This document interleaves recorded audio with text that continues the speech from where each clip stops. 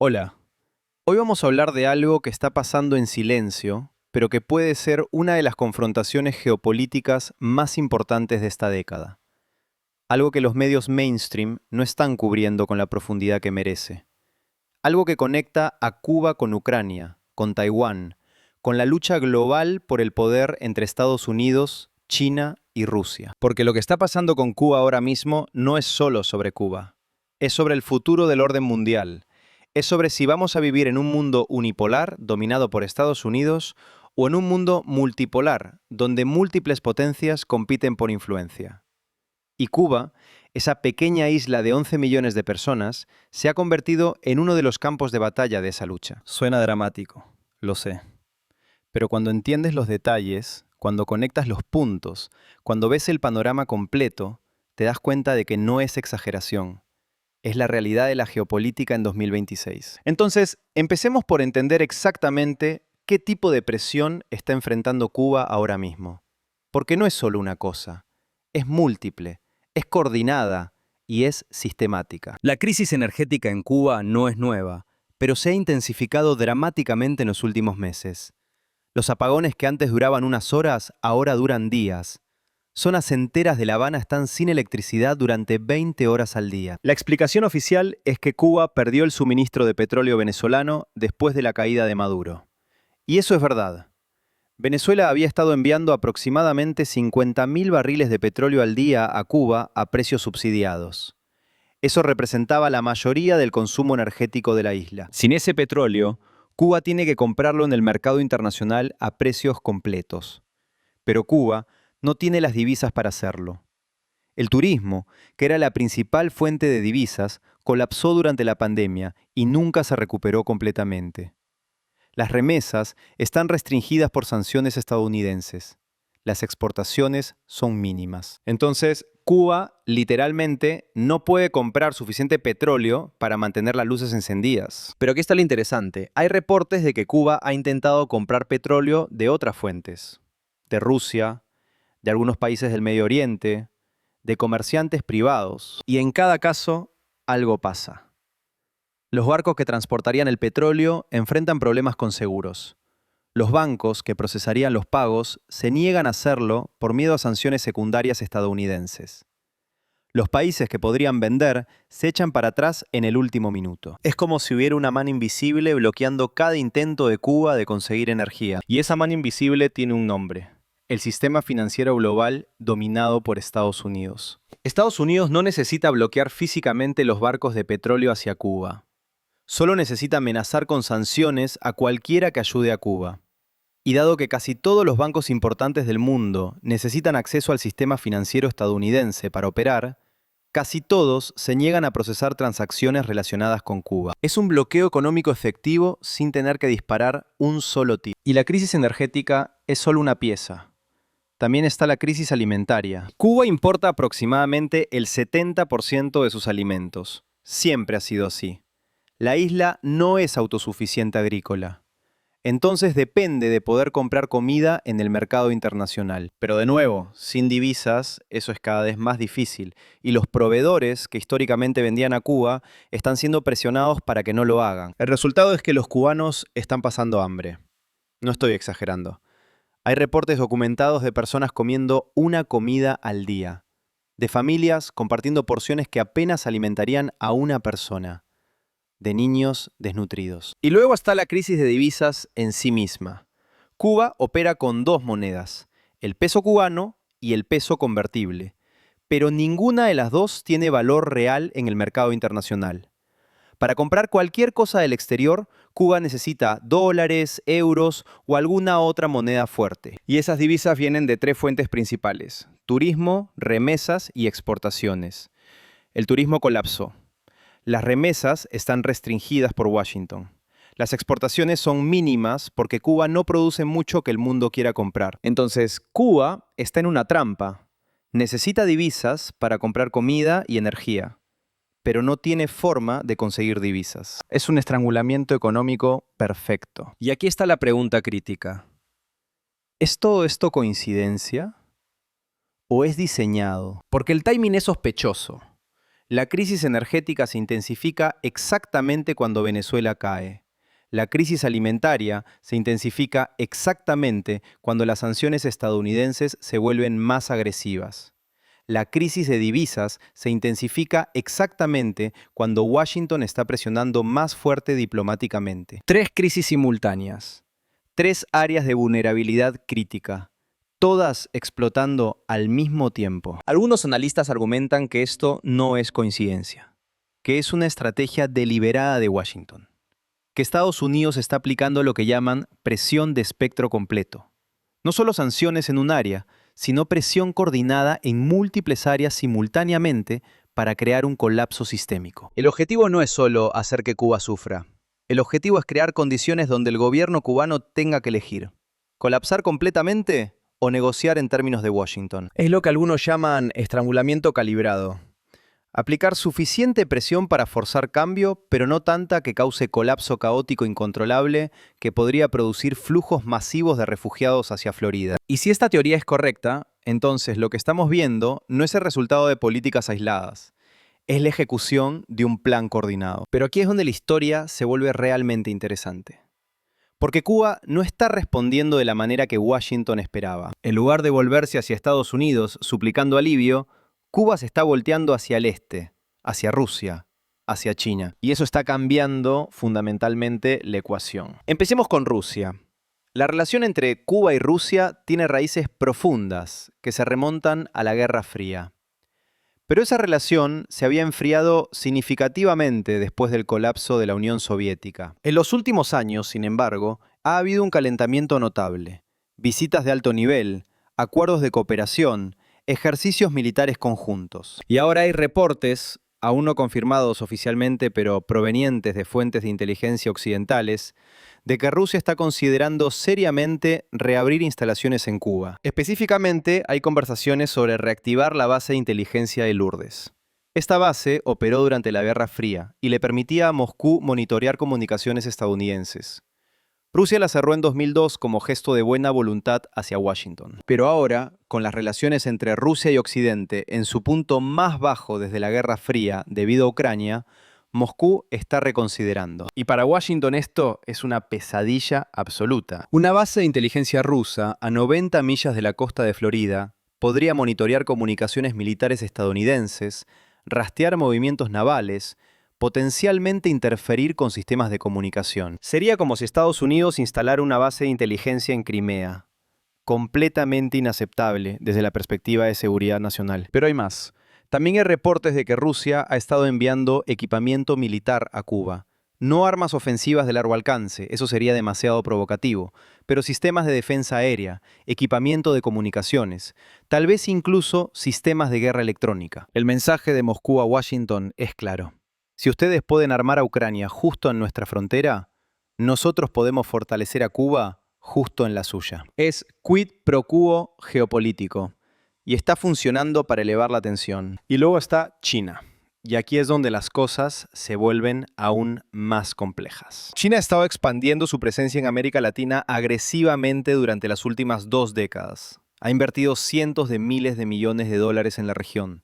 Ha construido puertos, carreteras, plantas de energía, ha proporcionado préstamos masivos. Y Cuba ha sido parte de esa estrategia. China ha invertido significativamente en el puerto de Mariel, uno de los puertos más importantes de Cuba. Ha vendido equipamiento de telecomunicaciones, ha proporcionado préstamos. Pero recientemente ha habido indicios de que el compromiso de China con Cuba se está profundizando de formas que van más allá de lo puramente económico. Hay reportes, nuevamente no confirmados oficialmente, pero provenientes de múltiples fuentes de inteligencia, de que China está considerando establecer algún tipo de instalación de monitoreo en Cuba. No una base militar completa, China es más sutil que eso, pero tal vez una estación de seguimiento espacial o una instalación de investigación marina, algo con aplicaciones de doble uso que podría servir propósitos de inteligencia mientras oficialmente sirve propósitos civiles. Y si esos reportes son precisos, eso sería enormemente significativo, porque significaría que tanto Rusia como China las dos principales potencias rivales de Estados Unidos, estarían estableciendo presencia en el hemisferio occidental por primera vez en décadas. Significaría que el hemisferio occidental ya no sería una zona de influencia exclusiva estadounidense. Significaría que la doctrina Monroe, la idea de que Europa y Asia deben mantenerse fuera del hemisferio occidental, que ha guiado la política exterior estadounidense durante 200 años, ¿estaría efectivamente muerta? Y para Washington eso es inaceptable. Entonces, lo que está emergiendo es una confrontación de múltiples niveles. En un nivel es Estados Unidos versus Cuba. Washington aplicando presión económica masiva.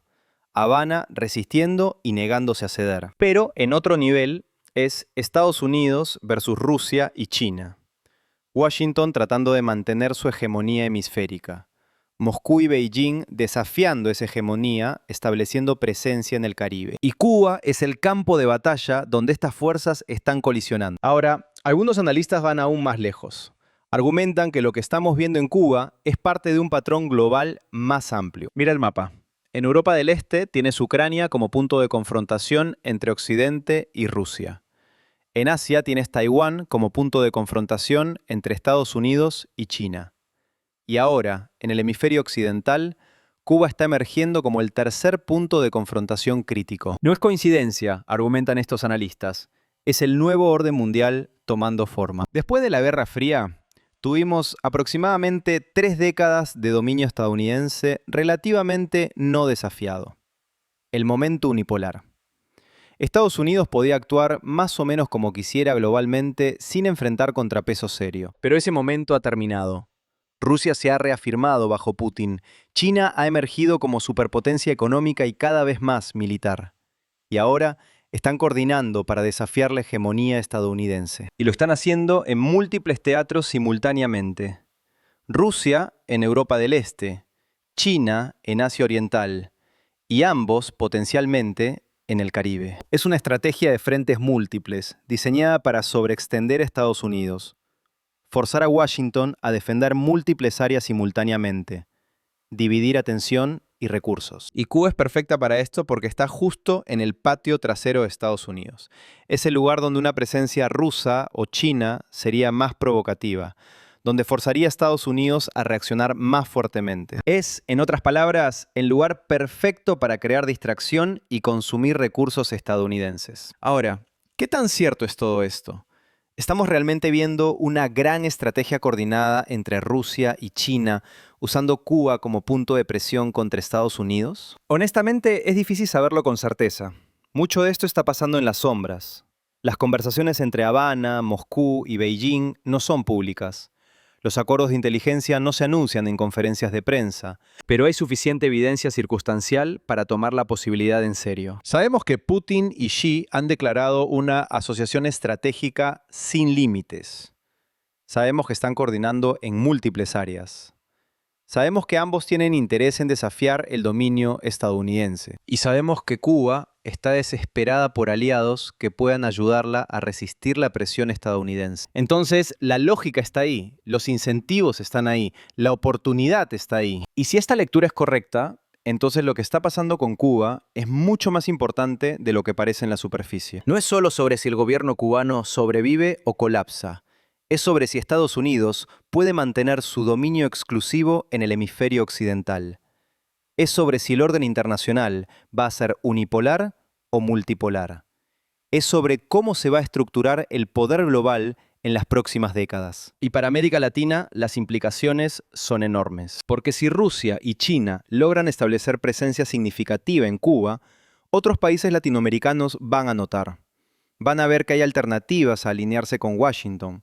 Van a ver que pueden diversificar sus relaciones exteriores sin ser destruidos económicamente. Brasil, México, Argentina, todos van a recalcular cuánto espacio tienen para maniobrar, cuánta independencia pueden ejercer en su política exterior. Y eso podría abrir espacio para un hemisferio más multipolar, donde los países latinoamericanos no tienen que elegir exclusivamente entre Washington o nadie, donde pueden tener relaciones con múltiples potencias, donde tienen más autonomía. O, alternativamente, podría llevar a Washington a redoblar esfuerzos para mantener control, a aplicar más presión, a intervenir más agresivamente, a castigar ejemplarmente a países que se acercan demasiado a Rusia o China. En otras palabras, podríamos estar entrando en una nueva era de confrontación en América Latina similar a la Guerra Fría. Y eso no sería bueno para nadie que viva en la región. Porque la Guerra Fría en América Latina fue una era de golpes de Estado,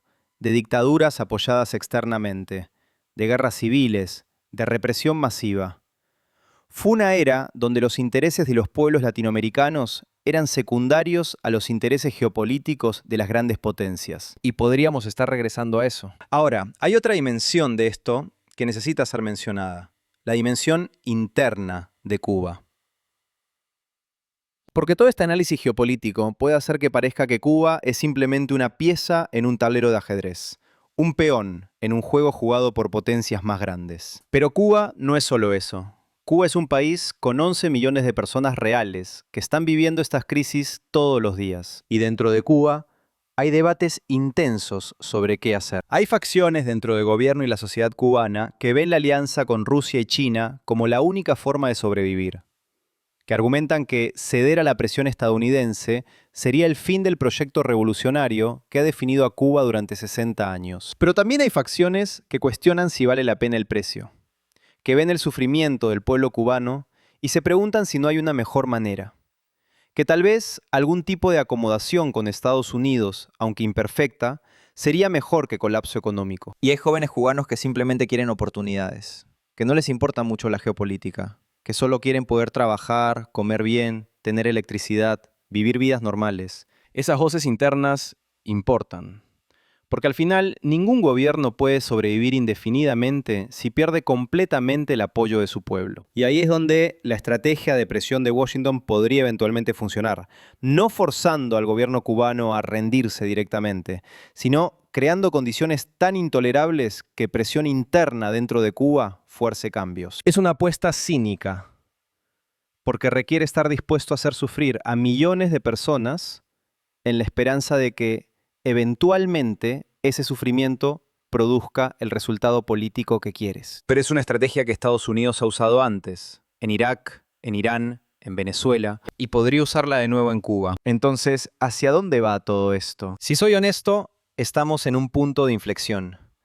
Y el próximo año o dos van a ser críticos. Si Rusia y China realmente establecen presencia significativa en Cuba, Washington va a tener que decidir cómo responder.